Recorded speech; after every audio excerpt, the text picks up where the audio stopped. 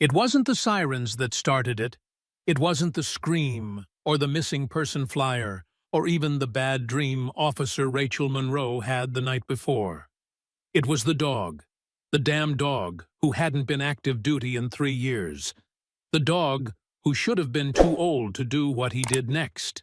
But when Atlas tore off down the muddy trail toward the Columbia River, nose low, legs pumping like pistons, Rachel's gut twisted into a knot she hadn't felt since the last time she saw a corpse pulled from the water.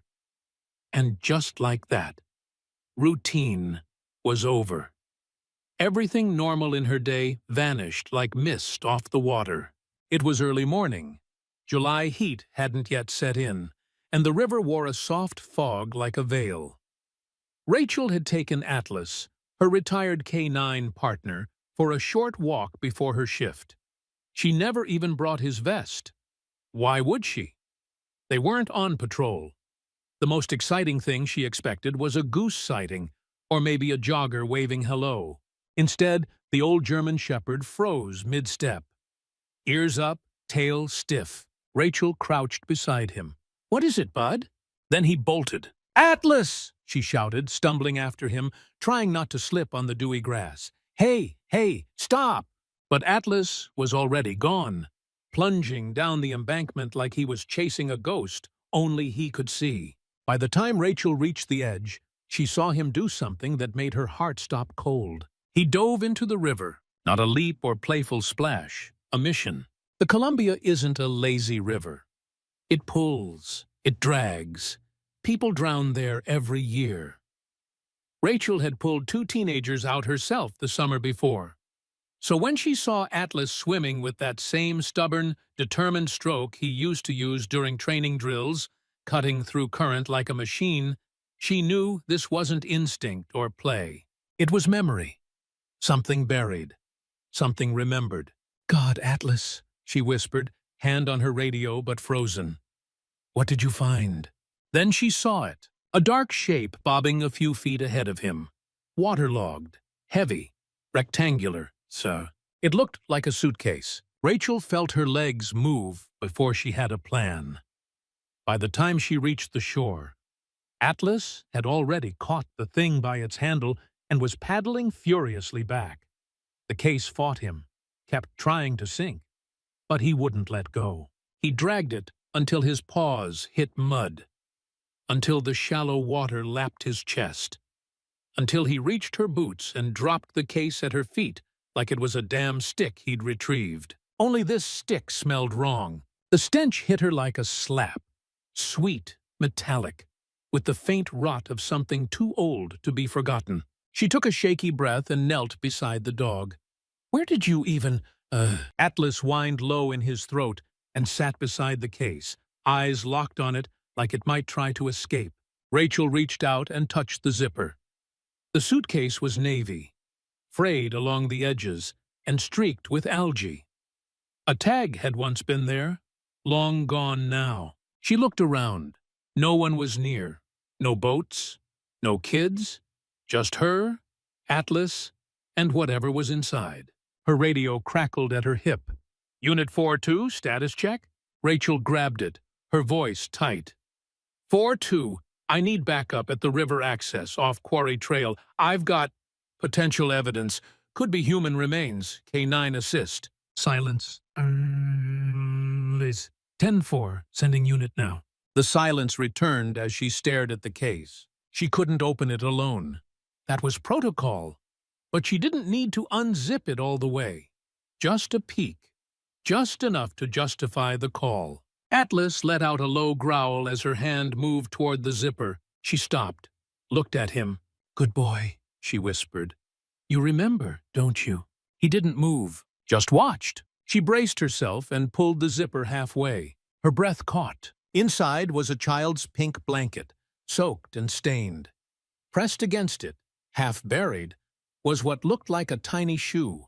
Her fingers trembled as she zipped it shut. She didn't cry. Not yet. She stood up, swallowing the lump in her throat. Atlas stayed beside the case like a soldier guarding a secret. And Rachel, she just stood there, waiting for backup, knowing this wasn't going to be a normal shift, not anymore. Somewhere deep down, she felt the cold snap of memory. A girl, a case, a failure.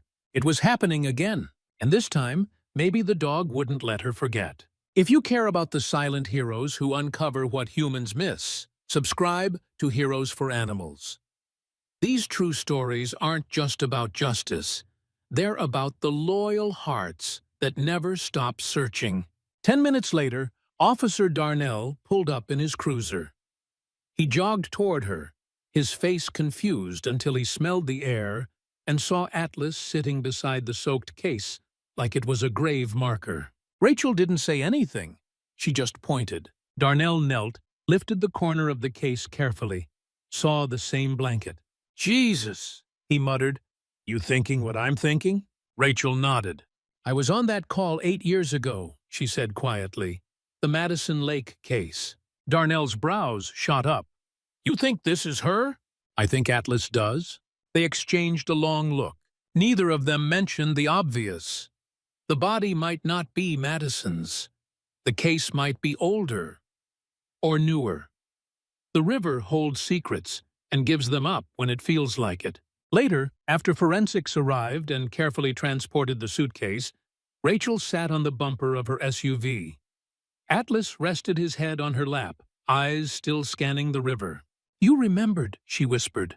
The last time he'd acted like this was when Madison disappeared. Atlas had led her to the riverbank back then too, barking like mad. But no body, no evidence. The river had taken her, or so they thought. But what if it hadn't? What if it had just waited? Rachel ran a hand over the dog's fur, staring into the swirling current.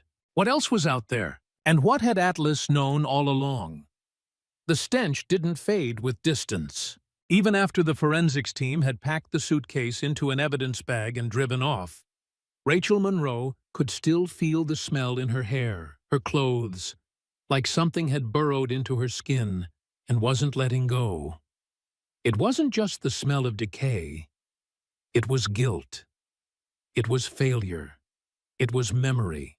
Atlas lay in the back seat of her cruiser, eyes open, but still, watching the river even through the glass like it still had something left to give. Rachel didn't speak on the drive back, not to dispatch, not to the officer in the passenger seat, not even to herself. She just drove, slowly, purposefully, like rushing might scare off the truth. By the time she reached the station, it was just past noon. The heat had settled in, heavy and stale. The kind of summer afternoon that made everything feel a little more unreal, like the world was sweating out secrets. The medical examiner hadn't opened the suitcase yet. Protocol meant they'd wait for a full team, including a child victim specialist and a representative from missing persons. But Rachel couldn't sit still. She paced the hallway outside the cold room like a tiger in a cage. She wasn't on the case officially. Hell, she hadn't even clocked in yet. But she couldn't walk away. Because deep down she already knew. That shoe. That blanket. It matched what Madison Lake was last seen wearing the day she disappeared. 8 years ago, Madison was 6 years old. Brown hair, gap-toothed smile. Vanished during a Sunday picnic at Pine Ridge Park. Rachel was one of the lead officers in the early stages of the search. Atlas had just turned 4, his nose sharp, his loyalty sharper. They spent 3 days combing the woods, the trails, the riverside. Atlas had led her to the bank, same stretch they stood on this morning, and barked like hell. But there was no sign, no drag marks, no scent path leaving the water. After a week, the case went cold. After a month, it was labeled likely drowning. The Lake family moved 2 towns over. Rachel never forgot, and apparently neither did Atlas. "Monroe!" a voice called from down the hall. It was Darnell, holding a clipboard and looking like he'd seen a ghost. "They opened it." Rachel turned so fast her knee cracked. "And?" He hesitated.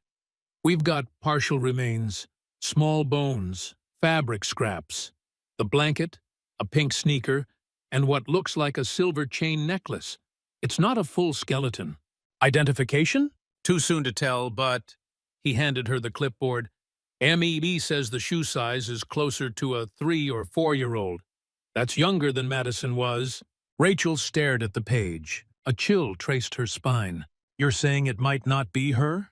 I'm saying we may have opened a whole different nightmare. Back in her office, Rachel pulled out the old case files. Madison's was on top, worn, yellowed, with corners chewed by time and frustration. Underneath were 6 others, children gone missing within a 10-mile radius of the Columbia over the last 15 years. Most of them were never solved. A few were assumed drownings. One was thought to be a custody snatch gone wrong. Another, a suspected runaway. But something had always bothered her.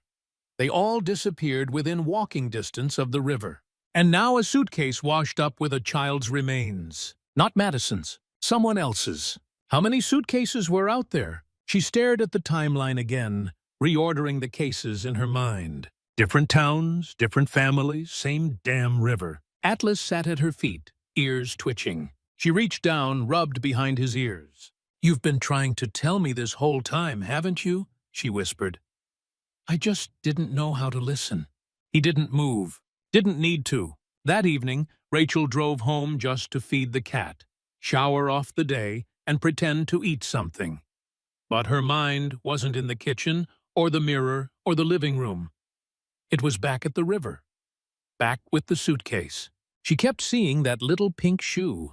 Who did it belong to? Who put it there? And why now? It had been floating, the medical examiner said, long enough to be waterlogged, but not long enough to fully decompose. That meant recent. That meant someone had just dumped it. This wasn't a ghost from 8 years ago. This was now. Later that night, she sat on the floor with Atlas, going through old photographs, some from training, others from crime scenes. One stuck out. A grainy photo of the 2012 case. A boy named Julian, last seen near the old Willow Creek boat launch. In the photo, you could barely make out a man in the background. Middle-aged. Beard. Wearing a fishing vest. She squinted. Pulled out another photo from 2017, different case. Another child, another river park. Same man. She hadn't noticed it before, probably because no one ever thought to look at the background. Rachel took a screenshot and uploaded it to the department's image recognition tool. She submitted it under a quiet pretext, not wanting to draw attention until she had something concrete. She looked at Atlas. Want to go for a ride? He stood before she finished the sentence. They drove back to the river, but not the same stretch. This time they went 5 miles upstream, to where a rusted dock stuck out from a forgotten part of town. It was late. Moonlight played across the water in silver ribbons. Crickets chirped in the brush. Atlas hopped out of the SUV before she opened the door fully. He sniffed the air, stiffened, then darted into the grass. "Atlas, wait!" Rachel called, heart pounding. She grabbed her flashlight and ran after him. He stopped near a cluster of reeds, growling. Rachel pushed through, heart in her throat. There, barely covered in leaves, was another suitcase. Dark red this time, smaller. Zipper broken. She stepped back and radioed it in. It was past midnight by the time the second suitcase was processed. This one was empty, but the lining had been cut open. Stuffed inside the padding was a bracelet with the name Jules, engraved in tiny cursive letters. Not Madison, not Julian. Someone new. Another child. Another case. Rachel sat on the tailgate of her SUV and stared at the evidence bag, the bracelet glinting under the floodlights like a cruel joke. How many kids? How many suitcases? And how long had the river been hiding them? Atlas laid down beside her, eyes closed, but chest rising and falling in steady rhythm. He wasn't done searching, and neither was she. Whatever this was, whoever had done it, they were still out there. And for the first time in a long while, Rachel knew she was chasing something real. Not ghosts, not hunches, a monster. And this time, she had the right dog at her side. Rachel Monroe hadn't been back in the old evidence room in almost 2 years. Most officers avoided it unless absolutely necessary. The air was dry, the lighting yellow and stale, and the old metal shelves groaned under the weight of forgotten boxes, each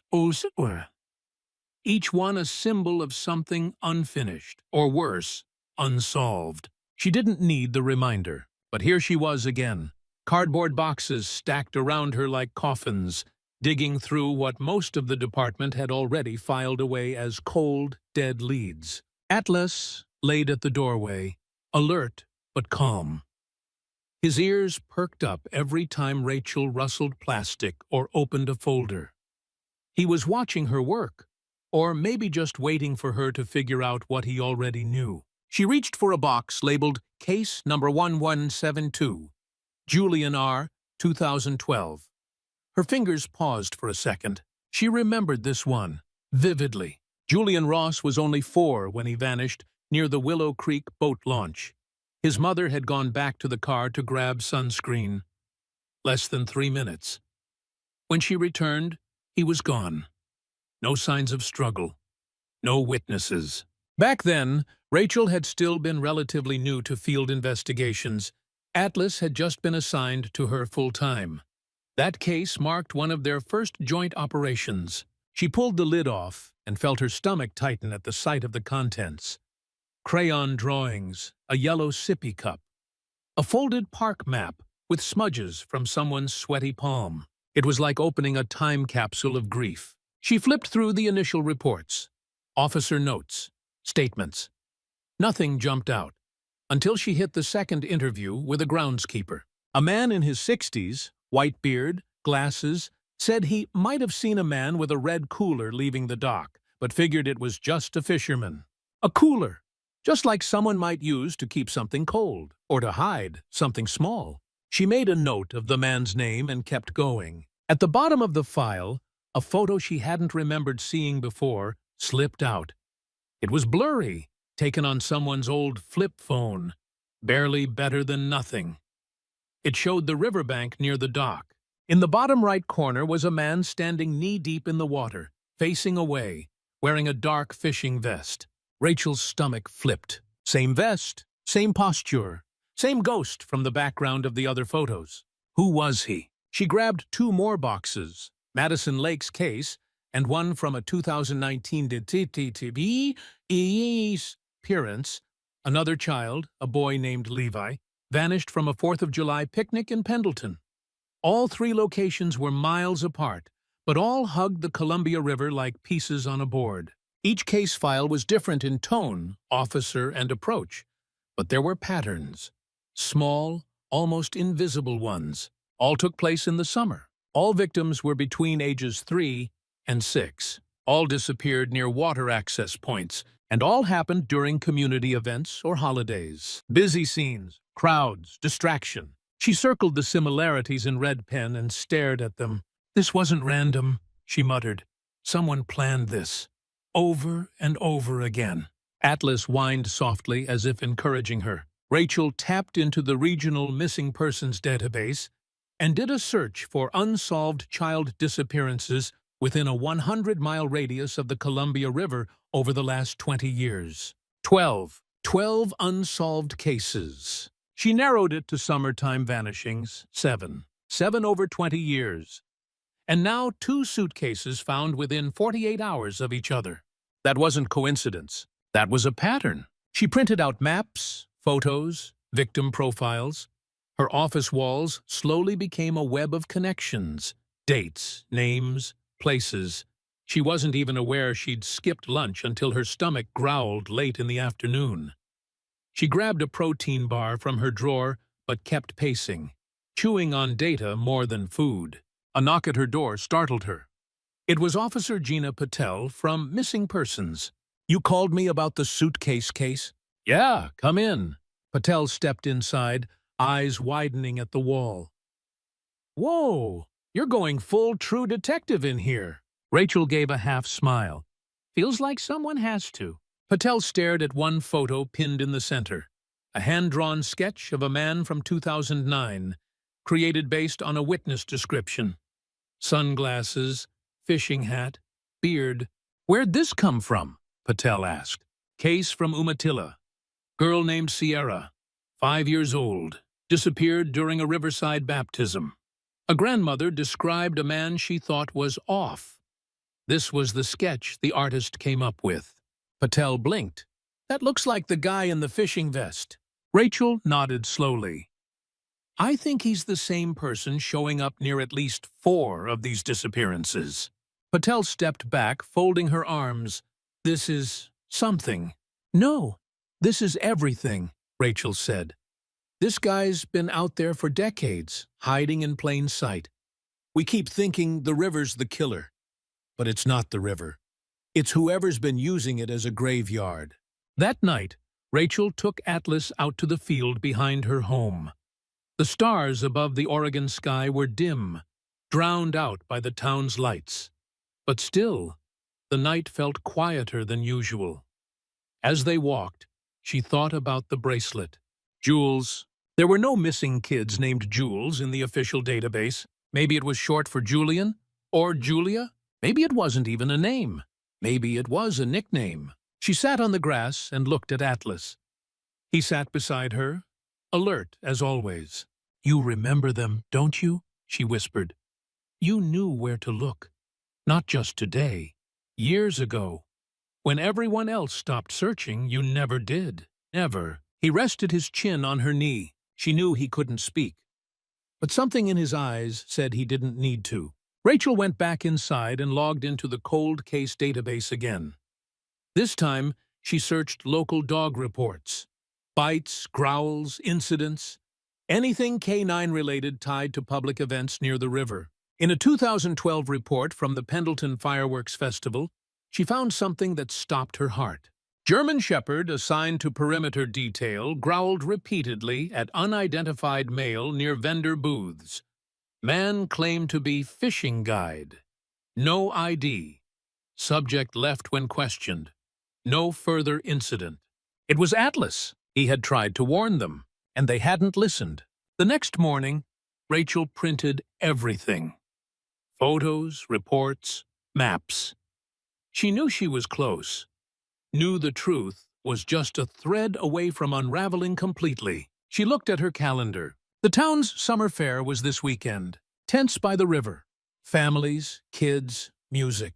It was exactly the kind of place the man would strike again, if he hadn't already. And maybe, just maybe, he'd be there. Watching, waiting. Rachel ran her fingers down Atlas's back, then looked at the board one last time. They weren't chasing shadows anymore. They were hunting a man, and for the first time in years, Rachel wasn't alone. She had a partner who never forgot, and together, they were going to drag the truth out of the water, no matter what it cost.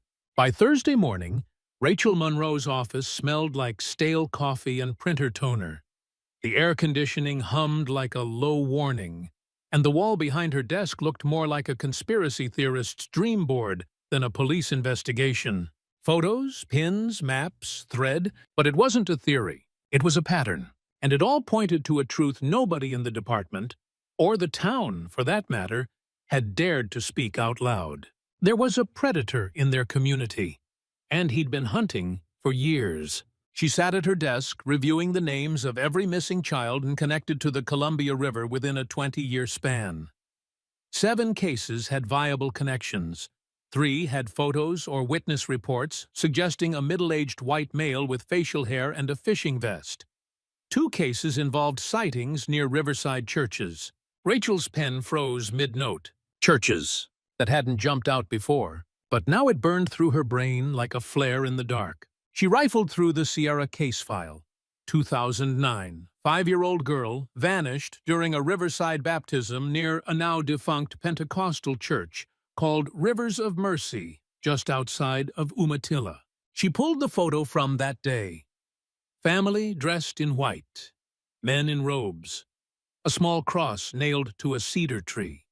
And in the far background, barely visible, a man near the bushes. Fishing hat, beard, vest. The same damn silhouette. Rachel felt a chill rush through her even in the warmth of the office. She opened a new window on her screen and searched. Rivers of Mercy Church, Umatilla. Status. Closed in 2015. Vacant property. Ownership transferred to a private buyer in 2017. No public record of who. Rachel called the Umatilla zoning office. An older woman named Louise picked up. Rivers of Mercy?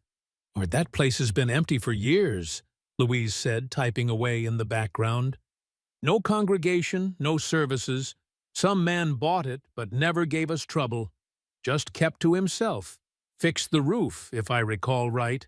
Do you have a name? Rachel asked, voice even. Pause, clicks. Ah, yeah. Leonard Frey, purchased in April 2017. Rachel blinked. That name wasn't in any of the case files. Any listed occupation? Another pause. Says retired chaplain, Louise read aloud. Rachel's grip on the phone tightened. Military? Nope, prison. Rachel stared out the window for a long moment, piecing it together. A former prison chaplain buys a closed-down church by the river, keeps it private, off the radar, and doesn't allow public access. And the location? Right between two known disappearance sites. Her gut twisted. She called Patel at Missing Persons. Do we have anything on a Leonard Frey? She asked. Give me a second. Patel tapped keys. Retired, mid-70s, no recent priors. Lived in Umatilla about 8 years. But get this, before that, he spent 2 decades as a chaplain in the Oregon State Penitentiary. No spouse, no kids. What about neighbors? Patel hesitated. Reported to be quiet. Keeps to himself. Brings canned goods to the food pantry. Old-school loner. Rachel's stomach sank. I want surveillance on the old Rivers of Mercy building. Quiet. Just eyes. No pressure yet. You think he's the guy? Patel asked. I think he's either the guy or the key to the guy. That afternoon, Rachel loaded Atlas into her SUV and headed to Umatilla.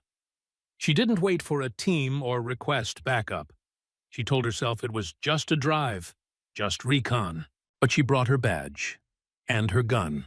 It was a 2-hour ride along the river, the same Columbia that had haunted her for over a decade.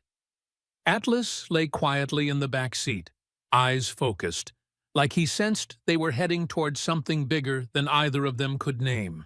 As she pulled onto the gravel road leading to the old church, Rachel slowed. The building sat tucked behind tall pines, mostly hidden from the road. The roof had been redone, just like Louise said. But the paint was peeling, the sign barely legible. Rivers of Mercy, all welcome. Ironically, the gate was locked. Rachel parked a few yards back, stepped out, and looked around. Atlas jumped out beside her, ears twitching.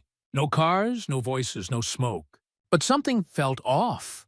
The silence wasn't peaceful. It was staged. Rachel called out, Mr. Frey, Umatilla PD, just looking to ask a few questions. No response. She walked toward this gate. Atlas followed, nose low. She noticed an old wheelbarrow near the side of the building, half buried in weeds. Inside it, a rusted fishing vest. Rachel froze. She radioed dispatch.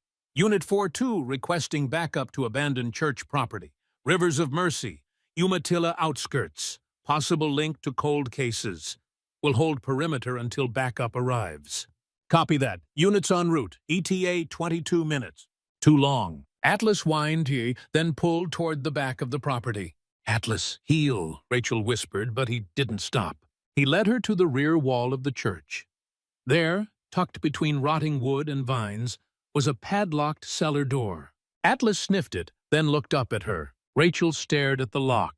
It was new. She pulled her flashlight and peered into the edges of the doorway. Cobwebs, dust, but also recent boot prints. Someone had been going in and out. Rachel stepped back, gun drawn now. She didn't like kicking doors without a warrant, but something told her she didn't have time to wait. She radioed again, requesting urgent entry approval. Possible holding area or evidence site discovered. Sending GPS. The dispatch officer hesitated. Approved. Proceed with caution. Rachel exhaled slowly. She raised her foot and kicked the lock with all her strength. The chain snapped. Dust exploded upward as the door creaked open. It was pitch black below. Atlas growled. Rachel turned on her flashlight. The basement smelled of mildew, old wood, and something far worse, chemicals and decay. The beam of her flashlight landed on an old cot, a rope, a shelf full of canned food and books, and on the far wall, child drawings, crayons, scribbles, a rainbow. A sad face, a name written 3 times in crooked letters. Jules. Rachel staggered forward. This was a holding room. Maybe not now. Maybe not for years. But someone, a child, had been kept here. Arr! She backed out slowly, her pulse thundering in her ears. Atlas stayed close, tail down. She radioed again. Confirmed, we have a basement used for detainment. Requesting forensics. Full crime scene support. Bring child trauma specialist. Bring everything. She slumped against her SUV, staring at the broken gate. The church wasn't just symbolic. It was a hub, a staging ground, maybe even a trap. Backup arrived 20 minutes later. The property was sealed. Rachel gave her statement. But even as officers swarmed the site and markers were placed, she couldn't stop staring at the name on the wall. Jules. The bracelet in the second suitcase. Who was Jules? And where was she now? That night, Rachel sat outside her home, Atlas curled at her feet. The stars above seemed brighter than usual. She stared up, breathing slowly. They were close. She could feel it. But she also knew whatever they were about to uncover would change everything. By the next morning, the church was cordoned off like a crime scene from a movie. Yellow tape fluttered in the summer breeze. Forensics vans lined the gravel road. Local news crews had caught wind of something significant happening at the Old Rivers of Mercy property. But the department issued a tight-lipped statement. Ongoing investigation. No public comment at this time. Rachel Monroe stood outside the cellar entrance, sipping bitter gas station coffee she barely tasted. Her shirt stuck to her back. Her eyelids felt like sandpaper, and she hadn't slept in 36 hours. Atlas sat calmly at her side, but his ears twitched with every sound, every vehicle door, every echo from the basement below. "Find anything new?" asked Gina Patel, stepping up beside her with a folder and dark circles under her eyes. Rachel nodded toward the cellar. "We recovered 3 fingerprints. One is definitely a child's, likely female. No match yet. The other 2 are smudged. Forensics is running everything. And that wheelbarrow? Tested positive for blood residue. Same with the vest," Rachel said quietly. "Too degraded for a clean sample, but it was there." Patel winced. They didn't need to say it out loud. Whoever used this church had done so for years. As investigators swept through the property, Rachel took a break to sit beneath one of the big cedars along the perimeter. It was peaceful there, ironically. Birds chirping, breeze through the branches. Atlas sat beside her, but suddenly his nose lifted. "Something?" she asked. He stood, ears forward, tail rigid, and then he bolted. "Atlas, wait!" Rachel dropped her coffee and took off after him, through the trees, past the edge of the clearing. He darted down a shallow slope toward an old maintenance shed, one no one had bothered to search. She reached the door just as he began scratching furiously at it.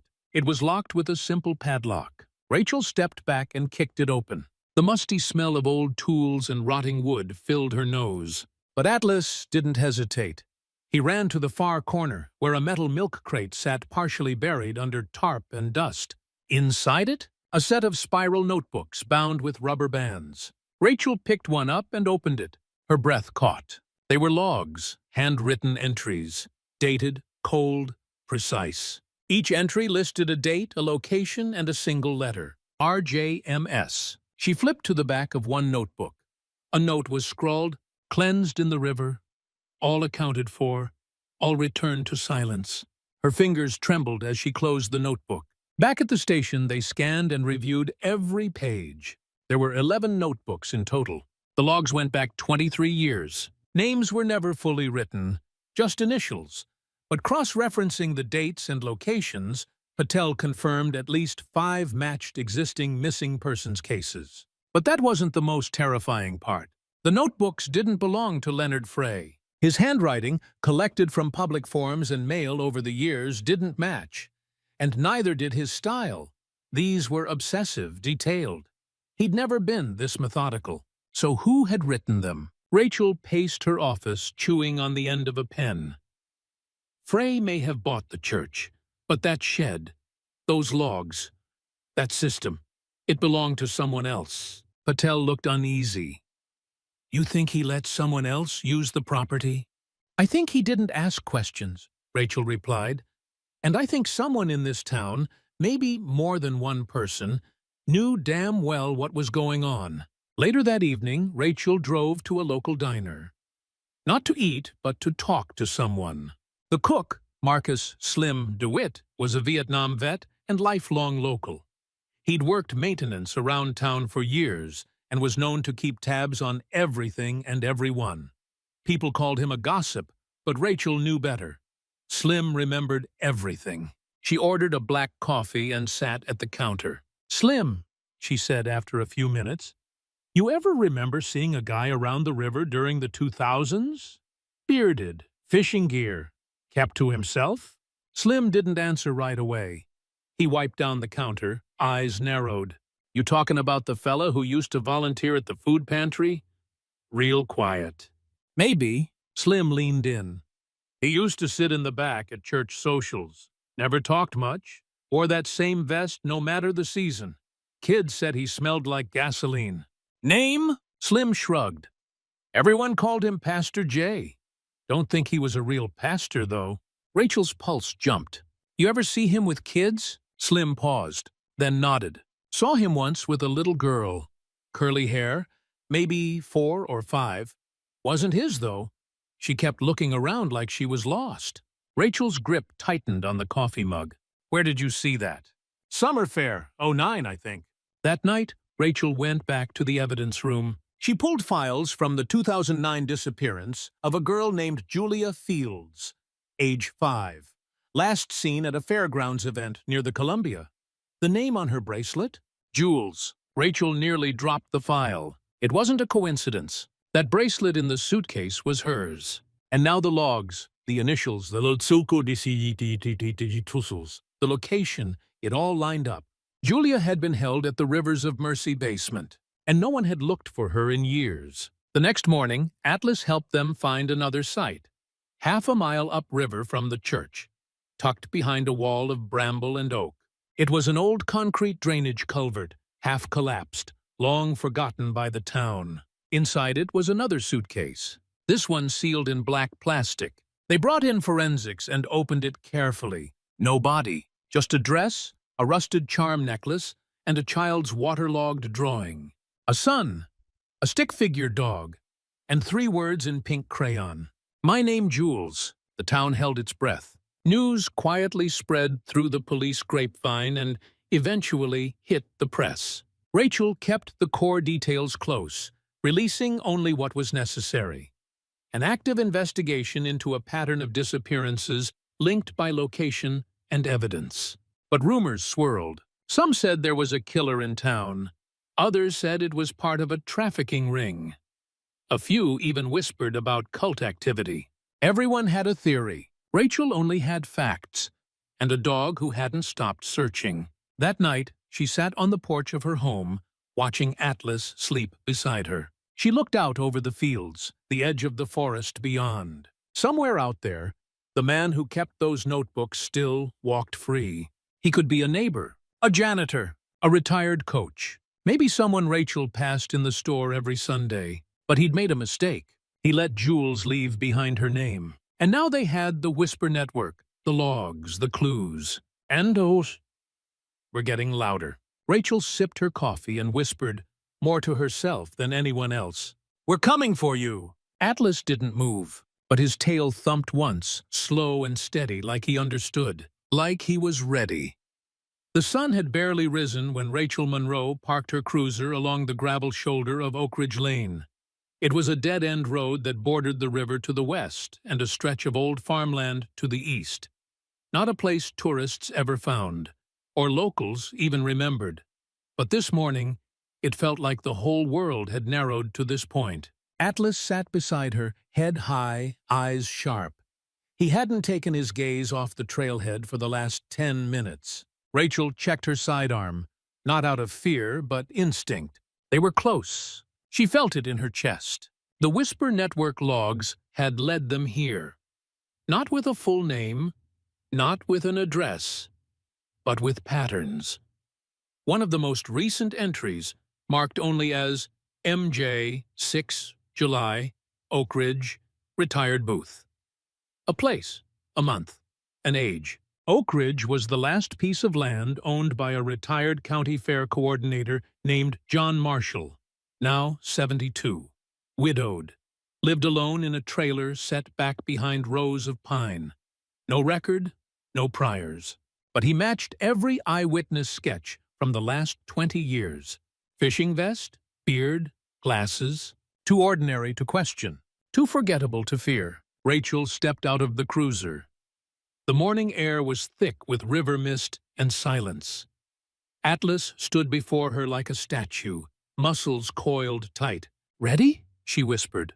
He moved without hesitation. They took the trail slowly, cautiously, Rachel's boots crunching on twigs and moss. About 100 yards in, the woods opened up to reveal a clearing, and beyond it, the silhouette of a weathered Airstream trailer surrounded by brush and rusted junk. And there he was, sitting in a plastic lawn chair, sipping from a dented thermos. John Marshall. He didn't look surprised to see her. "I figured you'd come sooner or later," he said calmly, eyes flicking to Atlas. Dog's the only one who ever remembered. Rachel's breath caught. "You knew we were coming." Marshall shrugged. "You dig long enough, you always find bones." He said it like a joke. Rachel's hand moved to her sidearm. "We know about the church. We found the logs. Jules, Levi, Julian." His expression didn't change. "You never looked at me twice, see," he said, shaking his head. "You all thought it was the water. That's the thing with rivers. People want to believe they swallow bad things. That way no one has to ask what really happened." "You used it to hide," Rachel said, "to cleanse the evidence." He nodded slowly, and nobody ever looked past it. Atlas growled low in his throat. Marshall looked down at him. "He was at the fair in 17. Remember that? He barked and barked. I thought he was going to bite me." Rachel stepped forward. "Stand up. Turn around. You're under arrest for the suspected abduction and murder of at least 5 minors." He didn't move. "I've got evidence, witnesses, and one hell of a dog that never gave up." Marshall smiled softly. "You know what's funny?" he asked. "I don't even remember all their names." Rachel's eyes narrowed. Atlas lunged first, not to attack but to block. Behind them, a shotgun cocked. Rachel spun around just in time to see a second man step from the trees. Younger, maybe in his 50s, eyes wide with adrenaline, dressed in flannel and jeans, the barrel aimed straight at her chest. "Drop it!" the man shouted. "Drop your weapon now!" Rachel froze. "Who are you?" she demanded. "I'm his nephew," the man growled. "And you're trespassing." Marshall chuckled behind her. "Told you they'd come." But in that moment, Atlas there leapt, straight for the gunman. The man fired. The shot rang out like thunder. But Atlas caught his arm mid-trigger, jaws locking onto his wrist. Rachel dove low and tackled the man hard into the dirt, yanking the weapon away as Atlas released his grip. Blood soaked into the grass. Rachel cuffed him, panting hard. "Guns clear!" she shouted, shaking. Then she turned to Atlas and sucked the blood on his side. "No, no, no, no!" she muttered, falling to her knees beside him. Atlas was still standing, shaking, but alive.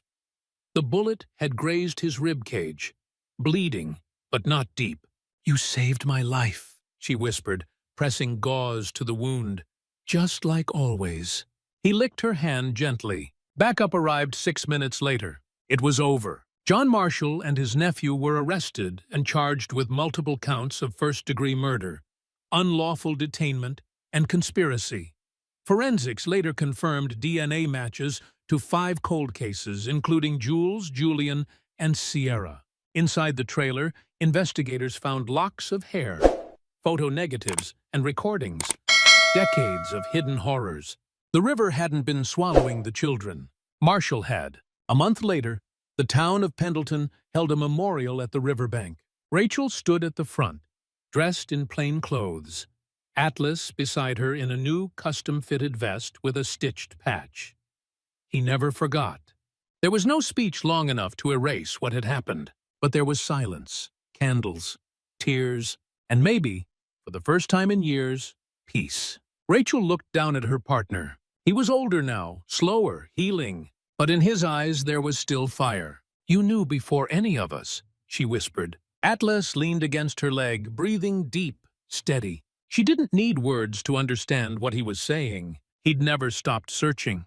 Not for Madison, not for Jules, not for justice. In the days that followed, parents came to the station just to shake Rachel's hand. Kids drew pictures of Atlas. Someone even dropped off a giant bag of treats labeled Hero Snacks. The mayor issued a public commendation for unmatched service and dedication to both of them. Rachel didn't care about the headlines. What mattered was that the river was finally quiet. Not because the water had changed, but because the truth had risen to the surface. Thank you for following this story to the end. We hope Officer Rachel and Atlas's journey moved you, inspired you, and reminded you of the incredible bond between people and their animals. What did you feel during this story? Did a specific part stay with you, or remind you of a dog you've loved? Tell us your thoughts in the comments, and if you haven't already, be sure to subscribe to Heroes for Animals for more emotional, true life-inspired stories about the animals who change everything.